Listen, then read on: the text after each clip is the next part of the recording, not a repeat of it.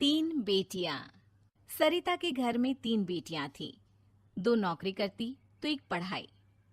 अरे दवाई खत्म हो रही है, कोई है जो लेकर आएगा? तभी बड़ी बेटी रिया आ जाती है। हाँ पापा, ये रही आपकी दवाई। अभी खत्म होने में वैसे 2 दिन बाकी है। 2 दिन पहले ना बोले तो कौन सुनेगा?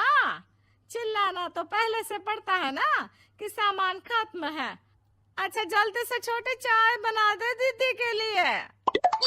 जी माँ। और हाँ, पकोड़े तल लेना, बारिश का मौसम है, मजा आ जाएगा। मैं बाजार से आलू ले आती हूँ माँ, खत्म हो रहे हैं। घर का सारा काम बिल्कुल परफेक्ट चल रहा था। दोनों बेटियां पढ़ाई के बाद नौकरी कर रही थी और छोटी पढ़ाई, पिता की पेंशन और अपना मकान। लेकिन पास की कमला चाची। और रियासिया की माँ, तुम लोगों को कितने सालों से देख रही हूँ, परेशान ही देखा। भगवान एक बेटा दे देता तो। अब किसी जन्म का कर्म खराब रहा होगा चाची, जो लड़का नहीं हुआ। वैसे काश एक लड़का हो जाता। पास छोटी बैठकर पढ़ रही थी। वो माँ की बात सुनकर किताब बंद कर देती है और खिड़की में खड़ी हो जाती है। खिड़की के बाहर रवि, जो कि पास ही में रहता है। अरे छुटकी, क्या सारा दिन किताब में नजर गड़ाई रहती है? मैं नकल करना सिखा दूंगा, तू आराम से पास हो जाएगी। आजा, चलना, सब बाहर खेल रहे हैं। तू तो लड़का है, फिर पढ़ता क्यों नहीं? तेरे सर पर तो माँ पिता की जिम्मेदारी भी है ना। कैसी बात कर रही है यार? जिम्मेदारी मेरी नहीं, पिता की है। पिता की क्या जिम्मेदारी, बता। देख, माता पिता लड़की की शादी के लिए पैसा जमा करते हैं, उसकी शादी कराते हैं, उसे पढ़ाते भी है ना? हाँ, वो तो सभी माता पिता करते हैं। क्या लड़की की शादी नहीं करते? उसकी भी तो करते हैं ना। हाँ करते हैं, लेकिन क्यों, कैसे? सुन, वो लड़के को पढ़ाते हैं इसलिए कि वो बुढ़ापे का सहारा बनेगा। शादी करते हैं कि उसकी बीवी आकर घर संभालेगी। लेकिन बेटियों के लिए कोई स्वार्थ होता है? नहीं ना। तभी तो पैदा होते ही मुंह बन जाता है।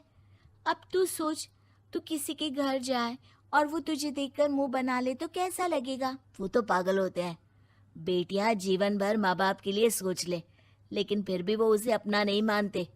बेटे दिन रात निखट्टू बने रहे, लेकिन उम्मीद उन लोगों से फिर भी बहुत होती है ना?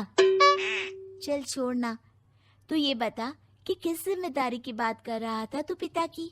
अरे यही कि अगर बेटे को बुढ़ापे का सहारा और रिटर्न के रूप में देख रहे हैं तो इन्वेस्ट भी तो अच्छा करना चाहिए ना। छुटकी समझ जाती है कि समाज की सोच क्या है और चाहे जो हो जाए उसे किताब बंद नहीं करनी। तभी वहाँ बड़ी बेटी आ जाती है।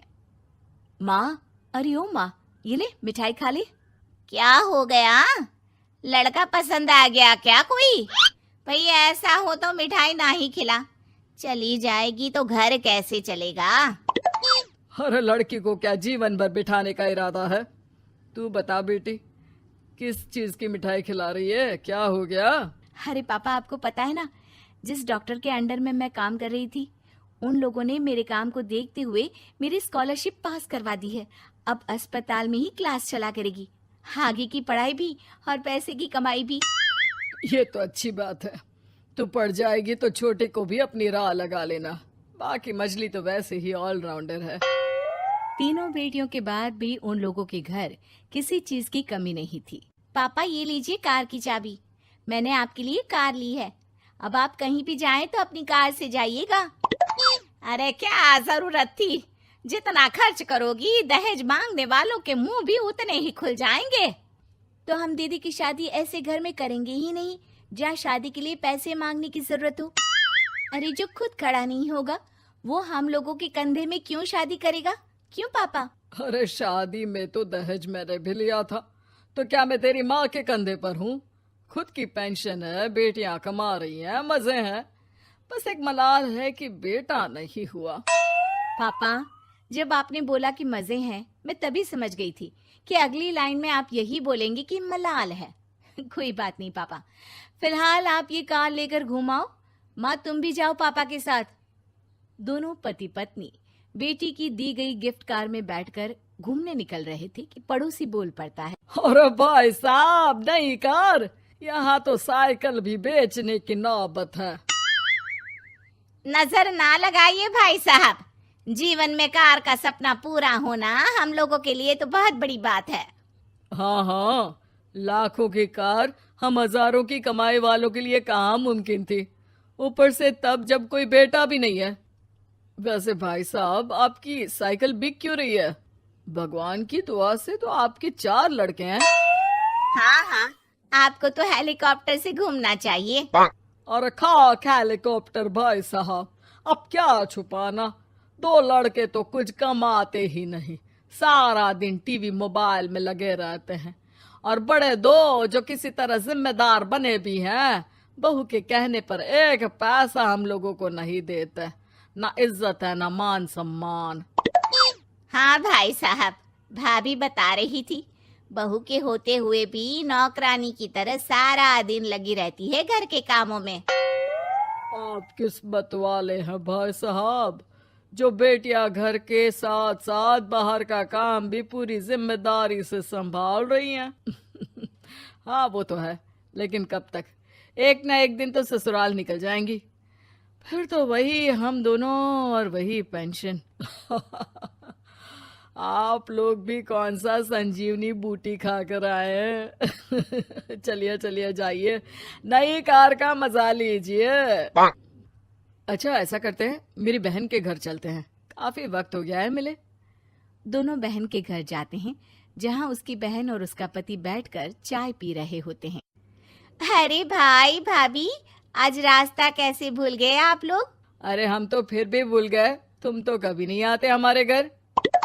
अरे कोई आने का साधन भी नहीं है ना, अब बस से आना हम लोगों के बस की बात तो रही नहीं भाई। अरे दे 2 कार थी, आप लोगों की कहाँ गई? भाभी वो तो जिसकी थी वो ले गया।